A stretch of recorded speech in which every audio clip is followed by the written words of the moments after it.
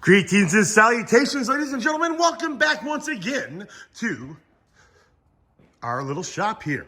We today have this beautiful, magnificent Tesla Model 3 Performance that we are about to upgrade yet again. If you have seen our previous videos, about, I don't know, 4 or 5 months ago. Well, actually, it was in July. It was 4th of July. That's right. We put on the original set of Maxpeedingrods coilovers.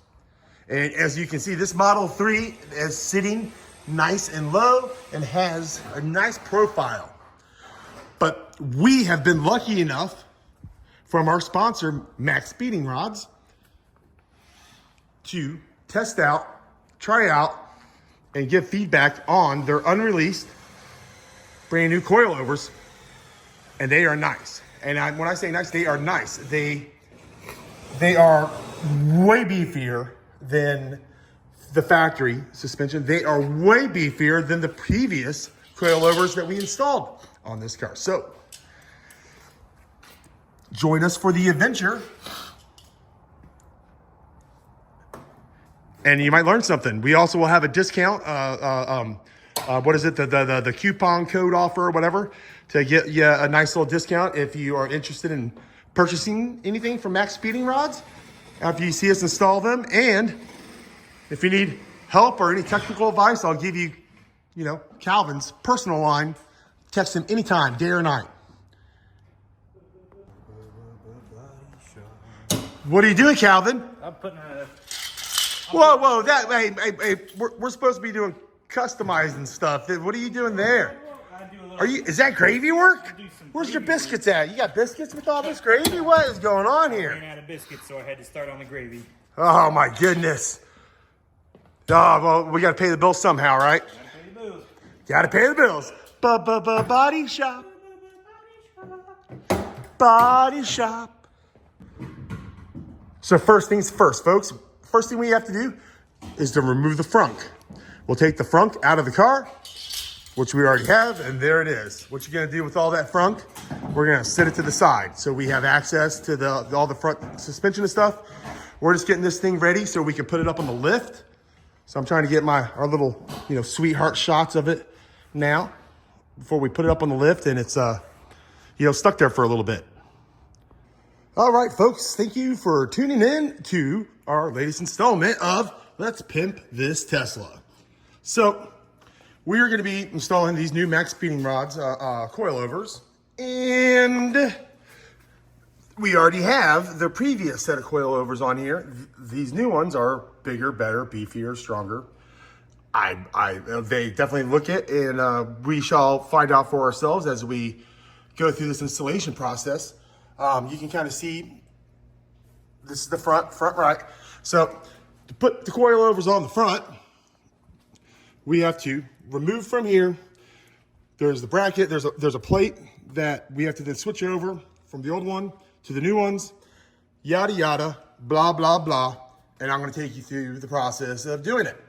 So it's pretty easy. We're lucky enough to have a lift here. But yes, you can definitely do this on the ground in your garage at home or in your driveway. Where there's a will, there's a way. So before we get started with the actual deinstallation and installation of these new parts, Coop from Maxpeedingrods gave me a very good tip.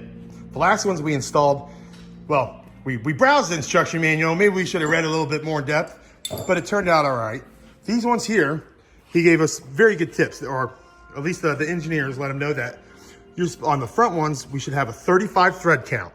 And the way I figured that out was, they are tiny. I'm older, my eyes aren't so good, but I just take a pick and count it up to 35, mark it with a Sharpie so you can see it, and then you can twist these down and lock them into place. So the front ones have got 35 threads for a preload, and the rear ones are supposed to have 25 threads for a preload. So that's what we're gonna get started first on. My partner Calvin's here, digging in. He was just saying that if I had mentioned to him 2 years ago that we'd be replacing all the suspension on the Model 3, he would have been like, there ain't no way, I have no idea what I'm doing. Now, he asked the question yet this morning. So, how far we've come. How far we've come.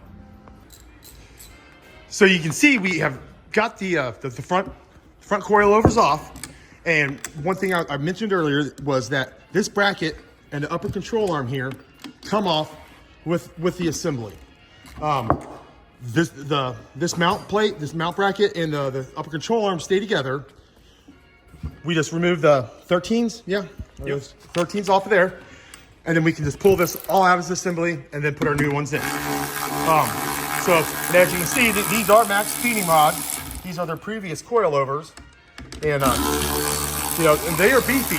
But then you come over to our new ones here, and they're pretty. I love the anodized, and you can see springs are stronger. You know, the coils get down, they get tighter. The coil is longer, it appears to be. And yeah, so we will go on to the next step.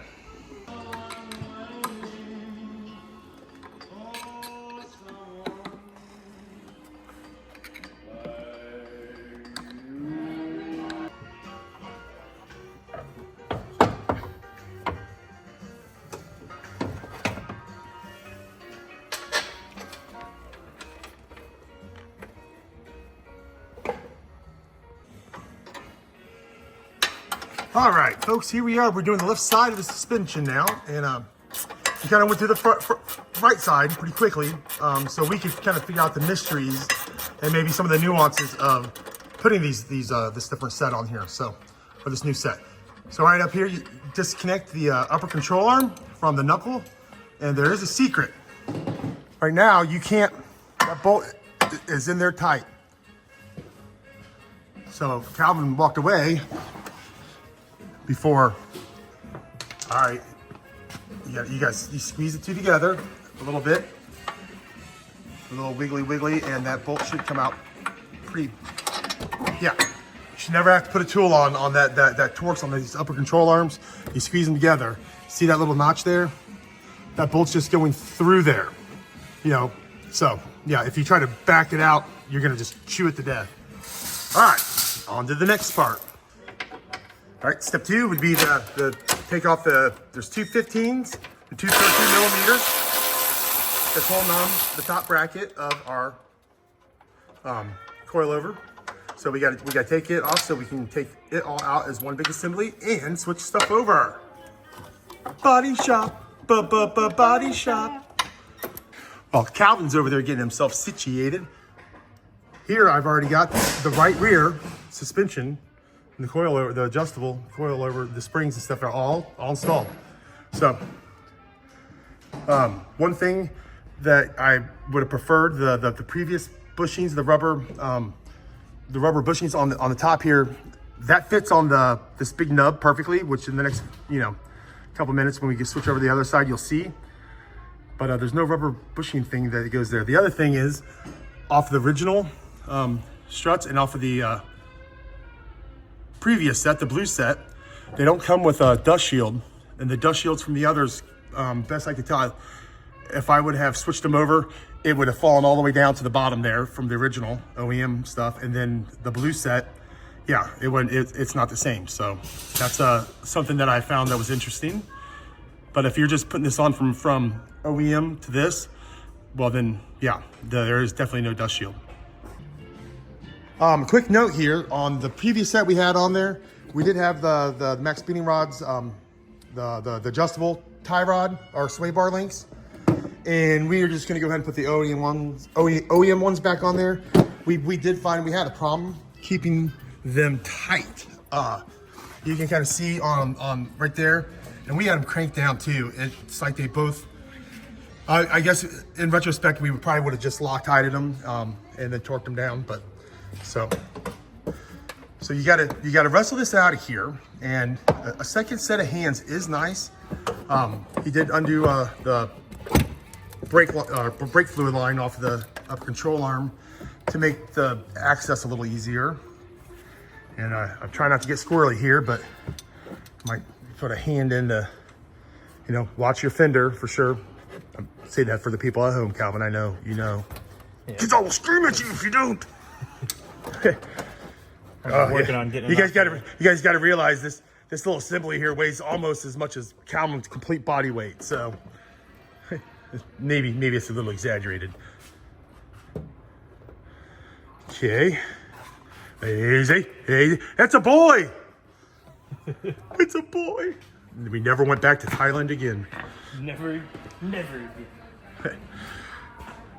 All right. So with it off, we already did the right side over here, right? We've already moved everything over. So one thing you have to do, and luckily we still had the original set, which most of you at home will be going from the OEM over to the, to the new coilovers or whatever it is you pick. We know this and this get moved over to the new ones, but the new ones, they do not have the top mount plate or the whole top of this coilover assembly. We have to switch it over, and we did try. We looked at the blue set, the one that was on there that came already pre-installed. It does not work on these new ones. So what we figured out and had to do was take it from the old one. And there's something very important, a very important message we have to share with each and every one of you at home about this little part. All right. All right, guys. Like I said before, this next part is very important. This is a safety thing.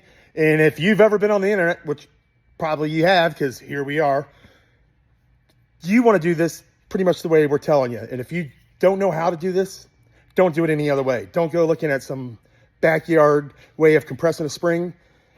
Just don't do it. So if you don't have the equipment, don't have the knowledge, it's okay. Take it to your local tire shop or local mechanic shop, and they should be able to do this for you safely and pretty darn cheap too. A lot cheaper than hurting yourself, someone else, or tearing up something. Okay. All right. So check this out. What I'm talking about here is we have to get this plate off and use it to put onto our new one. Okay. The spring on there. Now, granted, you could run this all the way down. Worst case scenario, you can run this all the way down and put the plate on and then try cranking those up. Remember, it's 35 and that is a lot. We found when we lowered all the way down and tried just turning these up with the top bracket on, it got really hard to turn. The pressure on that is quite a bit. So what this machine is a spring compressor. And there's things out there, get off Amazon, that you absolutely do not ever use for any reason at all whatsoever. So these arms here go onto, and you can see this is a really nice one. You can pinch them around and they hold onto it, and then you tighten these down so that they can't slip off. Then this turns up here. If you turn it the right direction, it works a lot better. Go ahead, Calvin.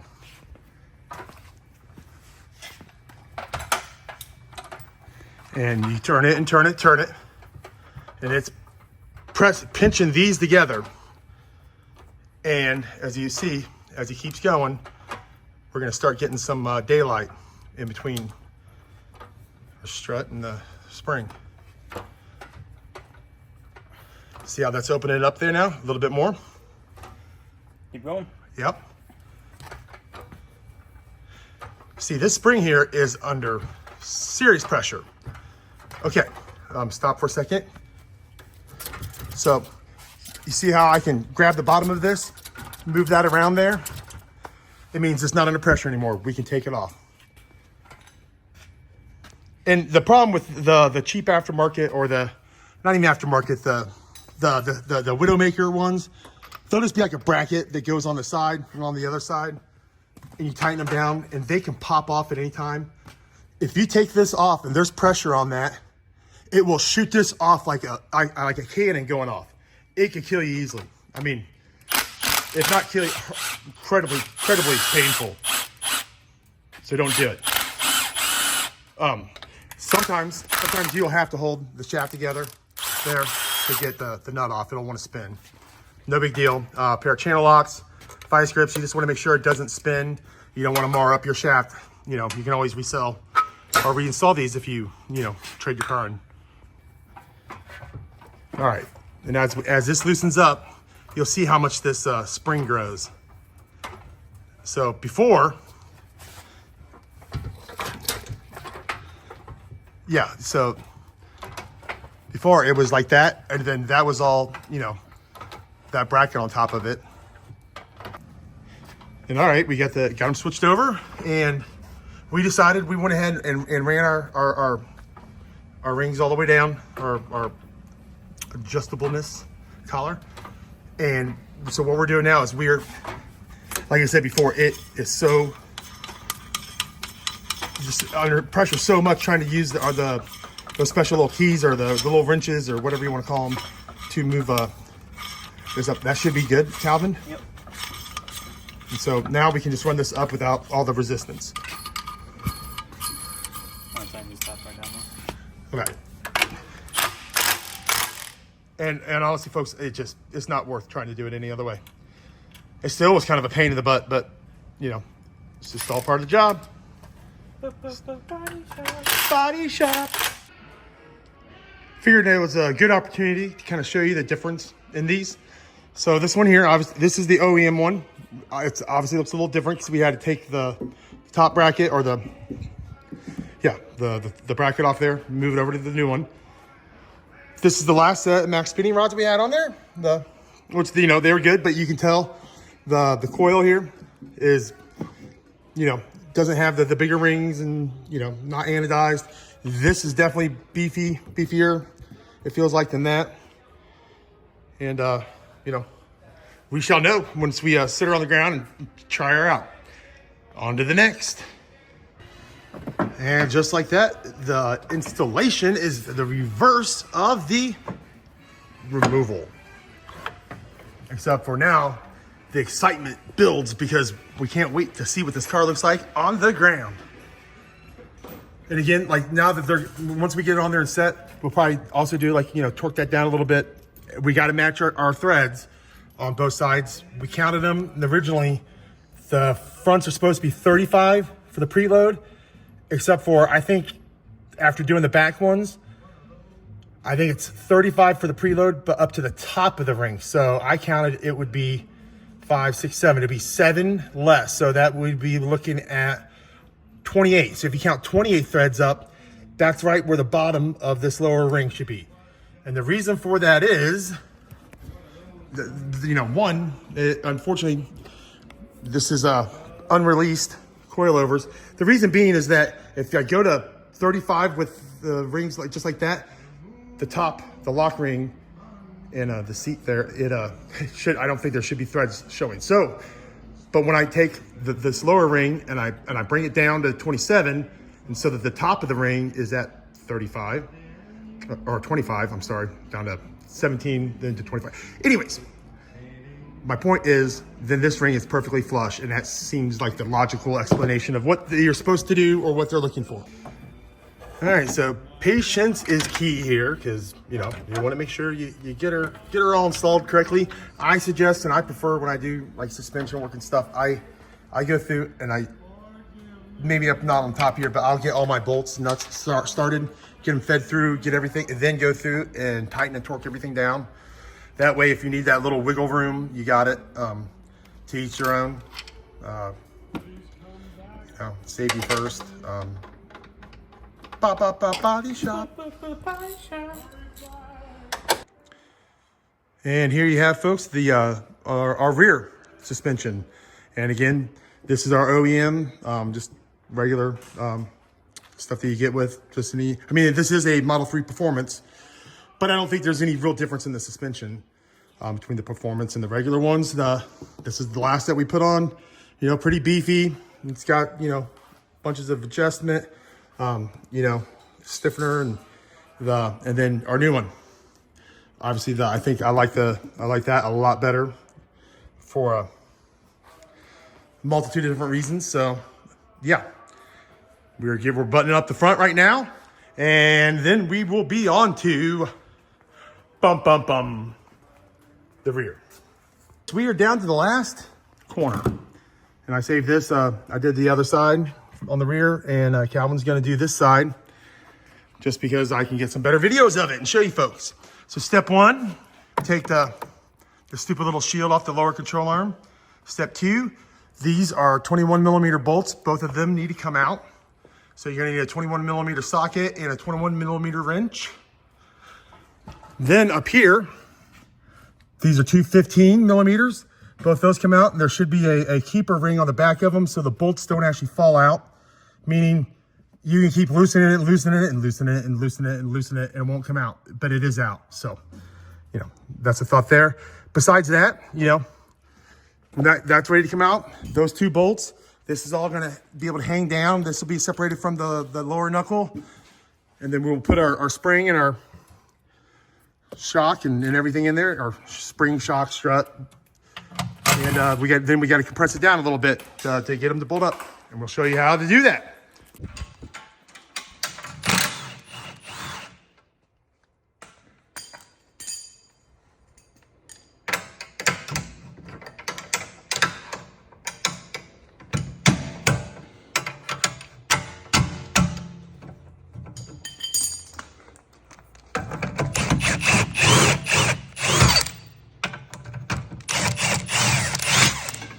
Bong. See, it's under a little pressure, but nothing to get too worked up about. It's just under a little bit of pressure. Just a bit. But body shop. Body shop. That sucker's out of there. All right. So the one thing we do have to do, we have to switch over the top mount of this strut here, which Calvin will ever get this thing out of there. Oh, I'm trying.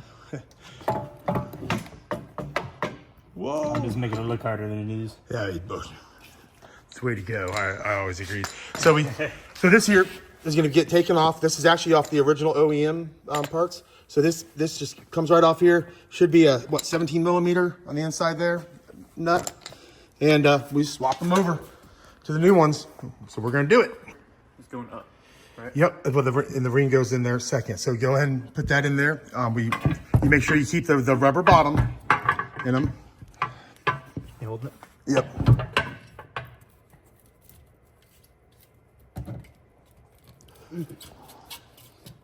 Okay, that's it. Move your inside. Okay. Yep. Then you're gonna sit that on there, and you get on the top of it, and then it will. Seems like it might be kind of tight, but it's not really not too bad too. Just gotta, yep. Just don't pinch your little fingers. And I originally on the OEM ones, and even on there'd be a rubber bushing between the two, but this collar it fits snug on there. It seats in like, I mean, really dead on. So that is one thing. If it does happen to make some noises or something a little funky, we'll have to know to check that. What, getting it out or oh, you mean on the previous ones? Yeah. Well, easy. Make sure that we want the Maxpeedingrods facing out, you know, for the world to see. Yep. Boom. Just get them up there, get them started. Hoorah, hoorah, hoorah.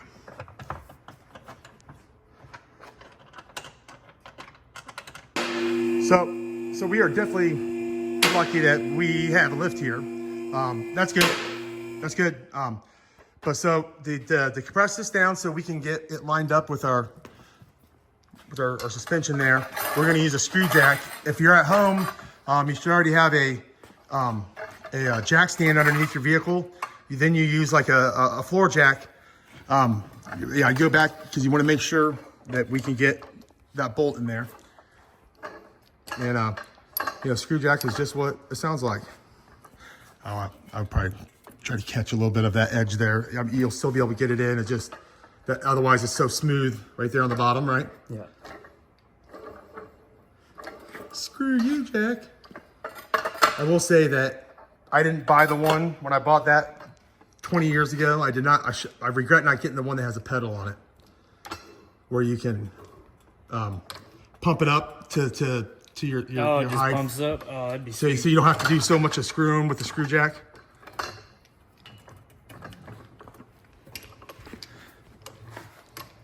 But yeah, so just a matter of patience and patience and patience. Just you move that on up to the height you so need it.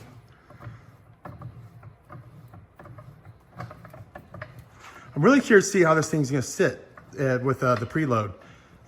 Hopefully it honestly kind of looks just like stock, right? Yeah. We do have a performance down here that's kind of disassembled, but all the suspension and wheels are on it, so we'll be able to take a measurement to get an idea of at least the ballpark of factory. So he's screwing it up to get the holes to line up, and basically, if you need to, you can use like a 1/4 inch extension or whatever to feed in there to kind of wiggle around to line it up closer, or another half a screw of the jack. They go around. Yep, they go that way. It's always important to make sure that your bolts are facing the right direction. Sometimes it's not a big deal. Sometimes it's a big deal. Body shop.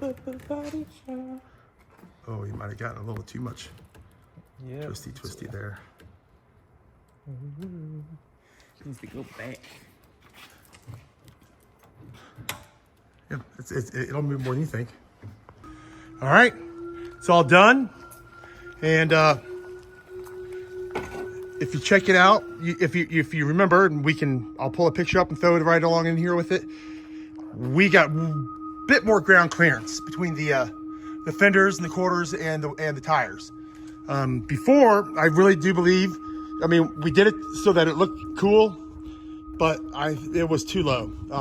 The owner had to slow down going into pretty much any parking lot, and definitely try to avoid all speed bumps. So, all right, we're gonna go for a ride. Here we go. Here we go. Here we go now, riding in a Model 3. Here we go. Here we go. Vroom.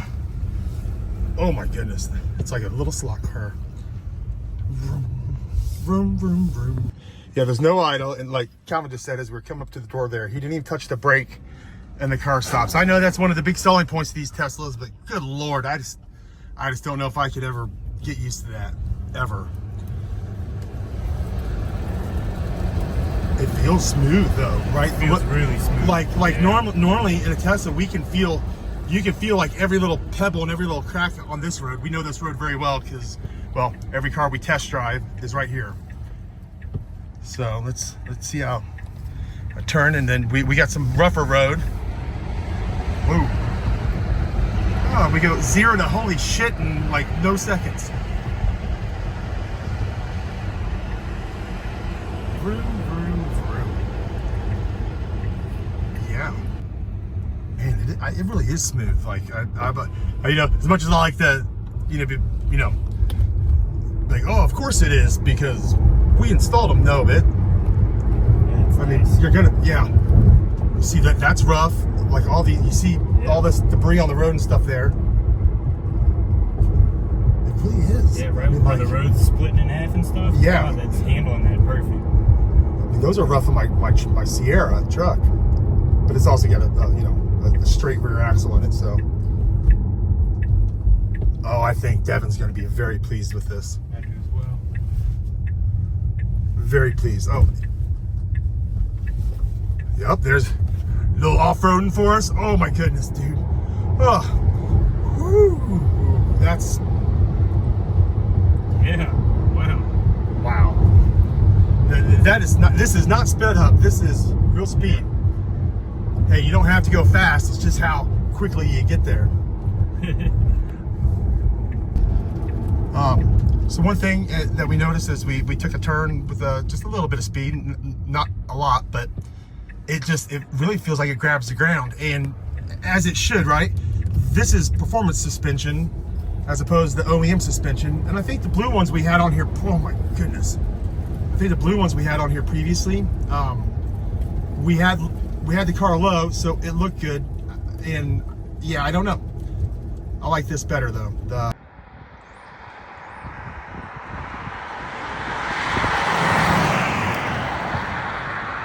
It's actually quieter from out here.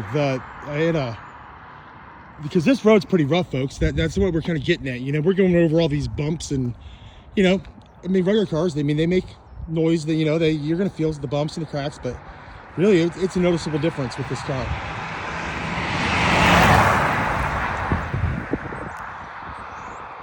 All right, I think we're pretty good. So, what do you think, Calvin? I love it. I want some on my car. Yeah, I think this is a definite upgrade from OEM, and definitely an upgrade from the blue. So, pretty sweet.